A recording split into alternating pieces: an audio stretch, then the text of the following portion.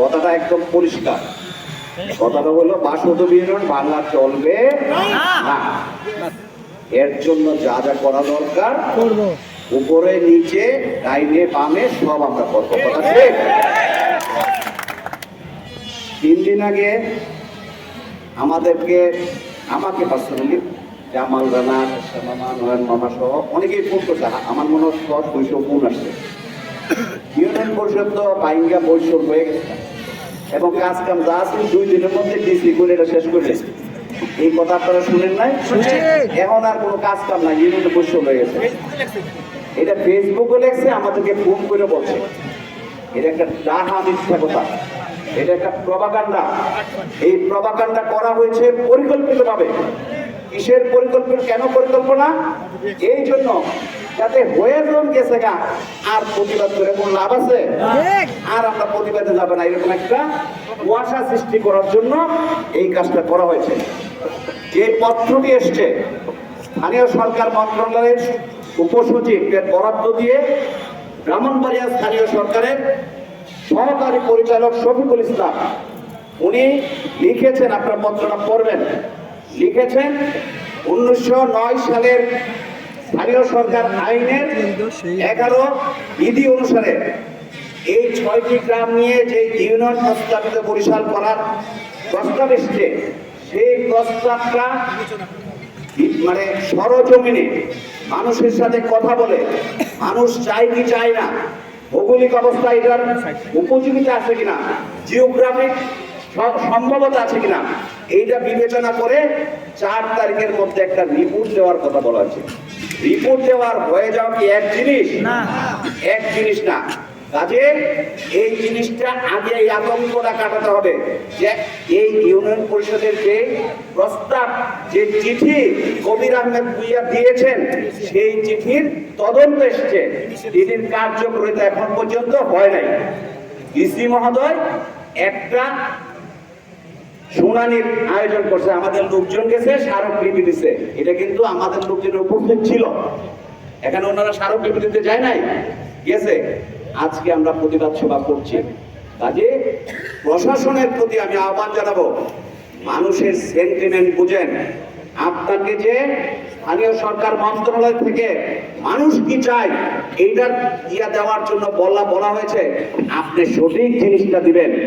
আপনি উপরের কারো দিকে তাকায়া যদি অসঠিক জিনিস দেন, আমরা কি উপরের লাইন কাট চিনি না? কোন দিকে যাইতে হবে ঢাকা শহরে আমরা জানি না? নিশ্চয়ই জানি।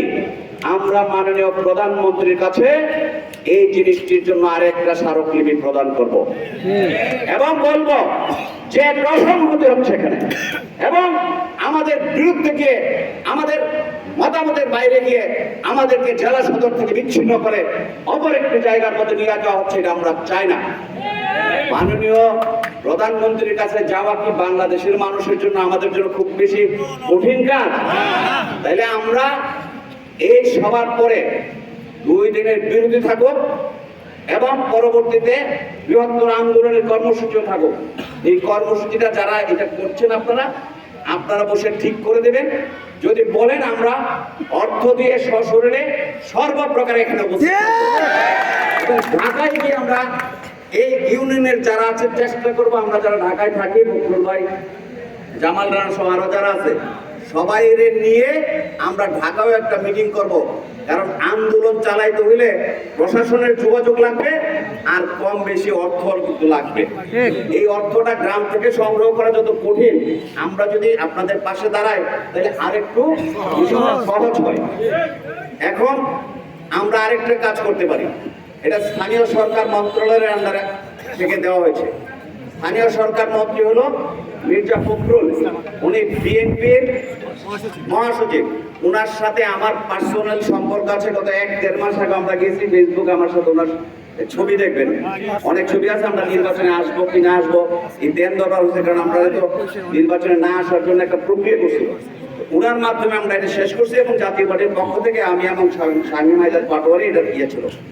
আমরা ওনার সাথে দেখা করে যে আপনার মন্ত্রণালয় থেকে এই চিঠিটা গিয়েছে, কবির আহমেদ ভূঁইয়া এটা করে গত 13শ জাতীয় সংসদ নির্বাচনে বাসুদেব ইউনিয়নে এসে একটা মিটিংও করেন নাই যে আমার একটা ভোট দেন, একটা বাড়িতেও যান নাই যে আমার একটা ভোট দেন।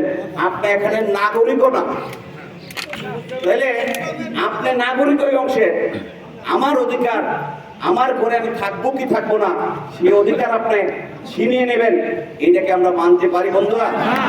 এটা আমরা মানবো না। আমি ধন্যবাদ জানাচ্ছি বাসুদেব ইউনিয়নের বিভক্তির প্রতিবাদে এই যে সমাবেশটা যারা আয়োজন করেছেন, আমাদের আমি নাম বললে তো অনেক নাম বলতে হয়, তাদের সবাইকে যে এই জিনিসটার দরকার ছিল।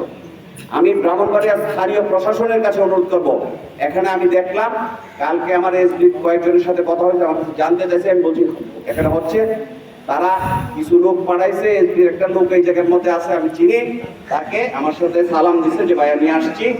তারপরে পুলিশেরও কিছু লোক আছে, তাদের মধ্য দিয়ে জেলা প্রশাসক যে তদন্ত রিপোর্ট পাঠাবে সেই তদন্ত রিপোর্টে যেন এই কথাটা উল্লেখ থাকে যেখানে প্রতিবাদ সভা হয়েছে এবং প্রত্যেক গ্রামের প্রতিনিধি এর প্রতিবাদ করেছে। যদি এটা উপস্থিত না থাকে, এই স্মারকলিপি যখন যাবে আমরা কিন্তু কপি পাবো, তারপরে দরকার আমরা ডিসি অফিস ঘেরাও করা হবে। আপনি সত্য কথাটা বলবেন, এখানে দল মতের কোনো ব্যাপার নাই, এখানে আমরা ইউনিয়নবাসী, কোন দল করলে এটার কোনো ব্যাপার আছে? নিশ্চয়ই নাই। আমি আর একটা বিনীত অনুরোধ করবো আমাদের দুইজন সাবেক বর্তমান সংসদ সদস্যের কাছে, একজন আমাদের আসনের মাননীয় সংসদ সদস্য জনাব ইঞ্জিনিয়ার শ্যামল ভাই এবং মুশফিকুর রহমান, আপনাদের কিছু দায়িত্ব আছে। এই এলাকার মানুষ আপনাকে ভোট দিয়েছে, ওই এলাকার মানুষ মুশফিকুর রহমানকে ভোট দিয়েছে। আমাদের এই প্রতিবাদের ভাষাটা আপনারাও আমলে নেবেন এবং আপনারা এমপি হিসেবে এটার জন্য যা করা দরকার সেটা করার জন্য আমি সকলের পক্ষ থেকে এই দুইজন সদস্যকে অনুরোধ জানাচ্ছি যে তারাও যেন এই ব্যাপারে কথা বলে। প্রিয় বন্ধুগণ, যদি মানে এইভাবে আমরা যে শান্তিপূর্ণ সমাবেশ করছি, আমরা চাই শান্তিপূর্ণভাবে সমাধান করব। যদি শান্তিপূর্ণ সমাধান না হয় তাহলে এলাকার অধিকার রক্ষার জন্য আমরা অবরোধের মতো বা আঙ্গুল বাঁকা করার মতো কর্মসূচিতে যেতে চাই। আপনার রাজি কিনা সেটা আপনারা অংশগ্রহণ করবেন কিনা সেটা বলেন। কথা একটাই, আমরা বাসুদেব ইউনিয়নকে ঐক্যবদ্ধ রাখবো। কথা একটাই, বাসুদেব ইউনিয়নের বিভক্তি আমরা কোনোভাবে সহ্য করবো না। রক্তচক্ষু দেখাচ্ছে, অনেকেই বলছে প্রধানমন্ত্রীর কার্যালয়ে সানি আছে, অনেকেই বলছে মামলা মোকদ্দমা হবে, ধরে নিয়ে যাবে। মামলা মোকদ্দমা আমাদের নামেই হোক, যেটা আমি প্রধান অতিথি আপনারা বানাই দিচ্ছেন আমার ইচ্ছার বিরুদ্ধে, তাহলে প্রথম আসামিটা আমারই করুক, আমরা আগে জেল খাটি, জামাল রানের করুক, আমরা যারা যারা জেল করুক। জেল জুলুম এইসব দিল পুরুষের জন্য নাকি অন্য কারোর জন্য? আমার হ্যাঁ শেষের মামা করতেছে, উনিও রাত খাটতে রাখতেছে। জেল জুলুম আসুক, প্রথম আমাদেরকে নিতে হবে, তারপরে আপনাদের গায়ে হাত পড়বে। এটা আপনারা বিশ্বাস রাখবেন।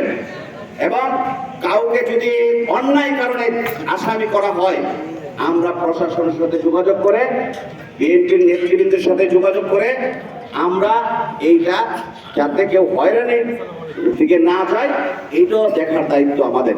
আমরা এই চেয়ারে যারা বসে আছি, এখানে সাবেক চেয়ারম্যান মেম্বার সবাই আছে, আমরা সেই জিনিসটাও দেখবো ইনশাল্লাহ। এখানে বিএনপির লোকজনের অভাব আছে? মামলাটা কার বিরুদ্ধে দিবে? আর আমি কি অযৌক্তিক কথা বলছি? তুমি আমার ঘর ভাঙিয়ে নিয়ে যাবা আর আমি বলতে পারবো না আমার ঘরটা ভাঙবো না, সেই জন্য তুমি মামলা দিবে, এটা কি সহ্য করা যায়? এই অবস্থা চলতে পারে না, এই অবস্থা চলতে পারে না। আর মাননীয় প্রধানমন্ত্রী তারেক রহমান কিন্তু ওই মামলাবাজির রাজনীতি এখন পর্যন্ত করে না, আপনারা খেয়াল করছেন কিনা? নাইলে অনেক মামলা হতে পারত। কাজে আমি ওইদিকে যাব না, আমরা সহনশীল ভাবে চাই যারা এই কাজটা করছেন তারা এতে বিরত থাকেন এবং বলেন যে আমাদের এটা দরকার নাই। ভোটের রাজনীতির জন্য যদি ইউনিয়ন ভাগ করেন, আজকে আমাকে কষ্ট দিয়ে কোনো কারণে যদি ভোট নিয়ে ইউনিয়ন নিয়ে যান, আগামীকালকে আমি চান্দি কোটটা শ্যামনগর মিলা আপনাকে ভোট দেবে এরকম কোন নিশ্চিত আছে? আপনি তো আমার বুকের উপর ট্রেন চালাইছেন, বুকের উপর ছুরি চালাইছেন। আমার বুকের উপর ছুরি চালাইয়া আপনি পাস করার জন্য যখন ইউনিয়ন পরিষদ গঠন করবেন, আখাউড়া নিয়ে যাবেন, ভোটের দিন যখন আসবে আমার সেই ছুরিকাঘাতকে আমার মনে থাকবে না। কাজে সব দিক বিবেচনা করবেন। আল্লাহ মানুষকে বড় করলে অন্যর কষ্ট সৃষ্টি হয়, এই কারণে না করাই উচিত। আমি আর বক্তব্য দিব না। আমাদের সভাপতি সাহেব আছেন, উনি দীর্ঘক্ষণ যাবত এখানে বসে আছেন, প্রবীণ মুরব্বী মানুষ, এবং ওনার শারীরিকভাবেও এই গরমের মধ্যে অসুস্থ, আপনারাও অনেক অসুস্থ। আপনারা যারা প্রত্যেক গ্রাম থেকে এসছেন, আপনাদের সবাইকে আমাদের পক্ষ থেকে কৃতজ্ঞতা জানাচ্ছি। আমার মতো ছোট মানুষকে এখানে প্রধানমন্ত্রী করা, এটা আমার চেয়ে আরো বিজ্ঞজন এখানে ছিল, তারাও এখানে প্রধানমন্ত্রী হতে পারতো, সেই জন্য কৃতজ্ঞতা জানাচ্ছি। সর্বশেষ একটি কথা বলে যায়, এই বাসুদেব ইউনিয়ন অখণ্ড থাকবে, এবং অখণ্ড থাকার জন্য যা করা দরকার আমরা করব ইনশাআল্লাহ। আমরা দল বলে সেটাই করবো। এই কথা বলে আপনাদের সবাইকে ধন্যবাদ জানিয়ে আমার বক্তব্য শেষ করছি। খুদা হাফেজ। বাংলাদেশ জিন্দাবাদ, অখণ্ড বাসুদেব ইউনিয়ন জিন্দাবাদ। ধন্যবাদ। খুব চমৎকার বক্তব্য।